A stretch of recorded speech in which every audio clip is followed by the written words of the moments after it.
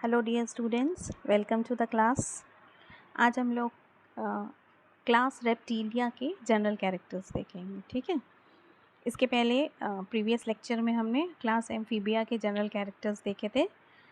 ये phylum Chordata में आने वाले क्लासेस है। जब हम फाइलम कॉर्डेटा पढ़ते हैं तो उसमें हम वर्टिब्रेट्स के अंदर जो है वो इन क्लासेस को पढ़ते हैं, that is amphibia, reptiles, Aves and mammals. ठीक है, today we will discuss the general characters of class Reptilia. Now what does the mean Reptilia means? ठीक है, Reptilia वर्ड का मतलब क्या होता है? Reptilia वर्ड जो है वो जिस वर्ड से बना है दैट इज़ रेप्री या रेप्टम। ठीक है, ये जिस वर्ड से बना है दैट इज़ रेप्री और रेप्टम। ठीक है, इस वर्ड का मतलब होता है टू क्रीप और टू क्रॉल। क्रीप करना या क्रॉल करना। व्हाट इज़ क्रीप और crawl? It is a mode of locomotion. ये लोकोमोशन का मोड होता है, ठीक है, जिससे एनिमल जो है वो लोकोमोट करता है। आइदर वो क्रीपिंग करेगा या वो क्रॉलिंग करेगा। तो ऐसे सभी एनिमल्स जो क्रीप करते हैं या जो क्रॉल करते हैं उनको उनकी स्टडी हम क्लास रेप्टिलिया में करते हैं। ठीक है, रेप्टाइल्स जो होते हैं they are fully adapted for terrestrial mode of life. ये पूरी तरीके से टेरेस्ट्रियल मोड ऑफ लाइफ जीने के लिए यानी लैंड पे जीने के लिए फुल्ली अडेप्टेड होते हैं। ठीक है, ये अपना पूरा लाइफ जो है वो लैंड पे बिताते हैं। जब हम फिशेस ऑनवर्ड्स पढ़ते हैं, fishes, amphibia, reptile, Aves and mammals, तो उसमें रेप्टाइल्स जो है वो एक सेंटर पोजीशन लेते हैं और इनमें कुछ मिक्स कैरेक्टर्स होते हैं, कॉम्बिनेशन ऑफ कैरेक्टर्स होते हैं। एक तरफ फिशेस और एम्फीबिया के और दूसरी तरफ एव्स और मैमल्स के। ठीक है, तो ये बिल्कुल सेंटर लोकेशन लेके एक कॉम्बिनेशन ऑफ कैरेक्टर्स शो करते हुआ ग्रुप होता है, जिसमें वो एनिमल्स आते हैं जो कम्प्लीटली फुल्ली अडेप्टेड होते हैं किस लिए? टेरेस्ट्रियल मोड ऑफ लाइफ के लिए, और जिनका मोड ऑफ लोकोमोशन क्या होगा? क्रीपिंग या क्रॉलिंग। इसके बाद जो रेप्टाइल्स की स्टडी की जाती है उसको, उस ब्रांच को कहते हैं हर्पेटोलॉजी। ये बहुत ही इम्पॉर्टेंट पॉइंट है। ऑब्जेक्टिव क्वेश्चंस में या ऑब्जेक्टिव पेपर में बहुत पूछा जाता है कि रेप्टाइल की स्टडी को क्या कहते हैं। तो वो ब्रांच, साइंस की वो ब्रांच जिसमें रेप्टाइल की स्टडी की जाती है उसको हम क्या कहते हैं? हर्पेटोलॉजी कहते हैं। ठीक है, इसको आप याद रखेंगे। देन नेक्स्ट पॉइंट, ये जो रेप्टाइल्स हैं दे आर प्रीडोमिनेंटली टेरेस्ट्रियल। ये प्रीडोमिनेंटली क्या है? टेरेस्ट्रियल हैं, यानी कि लैंड पे पाए जाते हैं। क्रीपिंग हो सकते हैं, क्रॉलिंग हो सकते हैं, बरोइंग हो सकते हैं, कार्निवोरस होते हैं यानी कि एनिमल्स पे फीड करते हैं, एयर ब्रीदिंग है, लैंड पे रहने की वजह से एयर ब्रीदिंग है, लंग्स के थ्रू रेस्पिरेशन करेंगे, कोल्ड ब्लडेड हैं, दैट मीन्स ये पॉइक्लोथर्म्स होते हैं, विच मीन्स कि इनके बॉडी का टेम्परेचर जो है वो एक्सटर्नल टेम्परेचर या एटमॉस्फेयर के टेम्परेचर के हिसाब से वेरी करता है या चेंज होता है। ओवीपेरस हैं, दैट मीन्स जो फीमेल है वो एग ले करती है।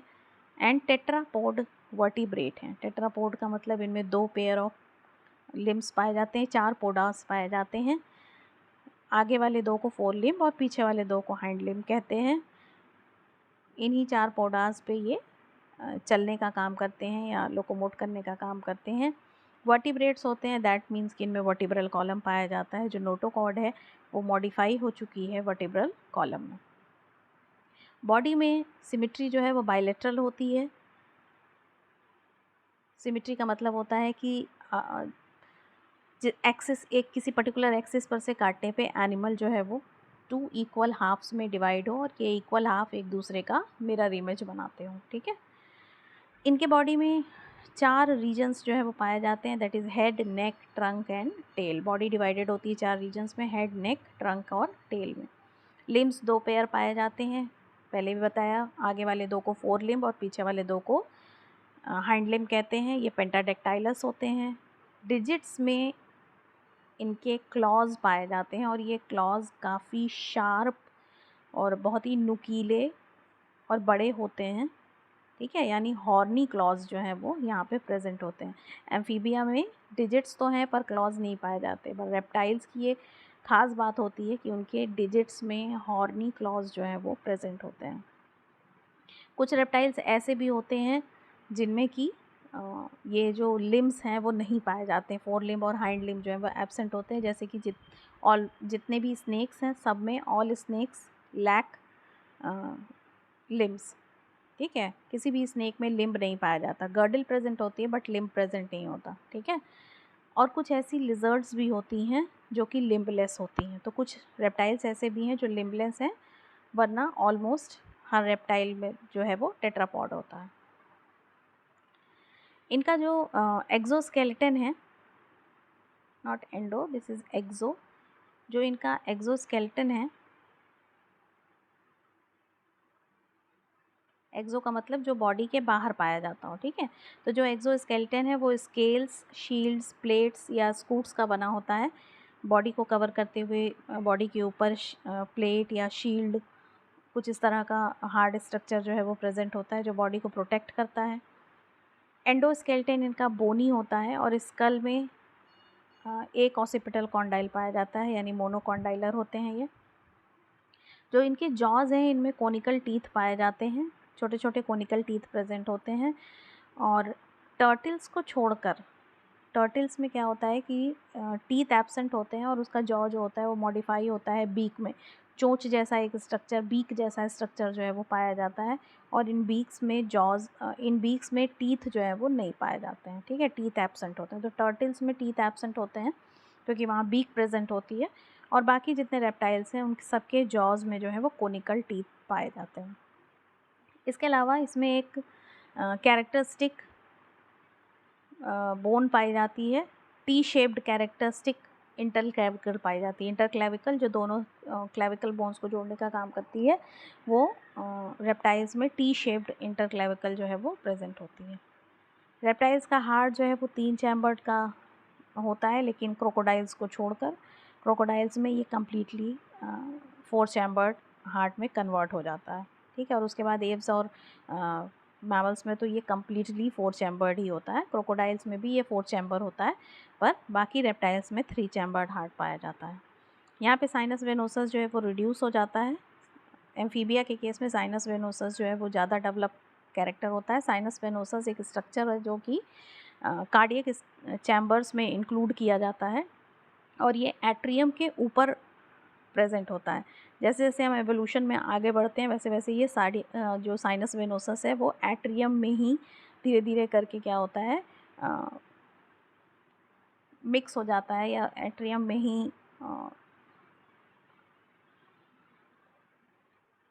इंक्लूड हो जाता है। ठीक है, तो ये जो साइनस वेनोसस है ये रेप्टाइल्स के केस में प्रेजेंट होता है, लेकिन थोड़ा रिड्यूस्ड कंडीशन में प्रेजेंट होता है एज़ कम्पेयर टू एम्फीबिया।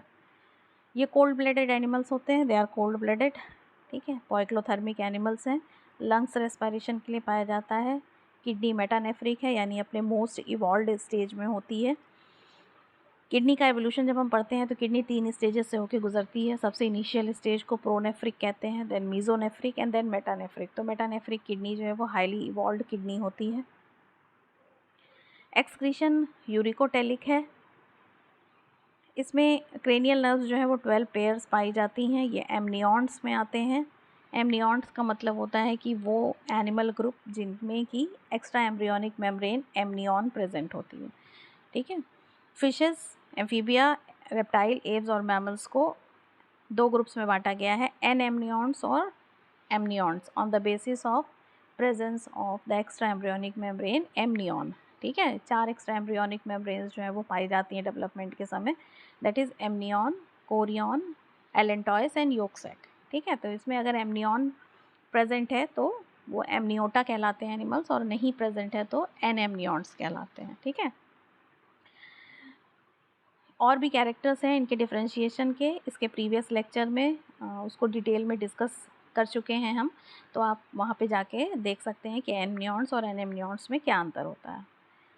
फिलहाल ये जो रेप्टाइल्स हैं ये एमनियॉन्स में आते हैं। इनमें 12 पेयर ऑफ क्रेनियल नर्व्स पाई जाती हैं। लेटरल लाइन सिस्टम यहाँ एब्सेंट होता है। लेटरल लाइन सिस्टम जो है वो वेल डेवलप्ड पाया जाता है कंडीशन में फिशेज़ में। ठीक है, और एम्फीबिया में भी कहीं कहीं ये रेयरली रिपोर्ट किया गया है, किन्हीं किन्हीं एम्फीबिया में पाया जाता है बट रेयर है। बट यहाँ पर रेप्टाइल्स में ये सिस्टम पूरी तरह से एब्सेंट है। रेप्टाइल्स के माउथ के रूफ में एक ऑर्गन पाया जाता है जिसको जैकोब्सन ऑर्गन कहते हैं। ये एक तरह का कीमो रिसेप्टर ऑर्गन है, ठीक है, जो कि वहाँ पे प्रेजेंट होता है।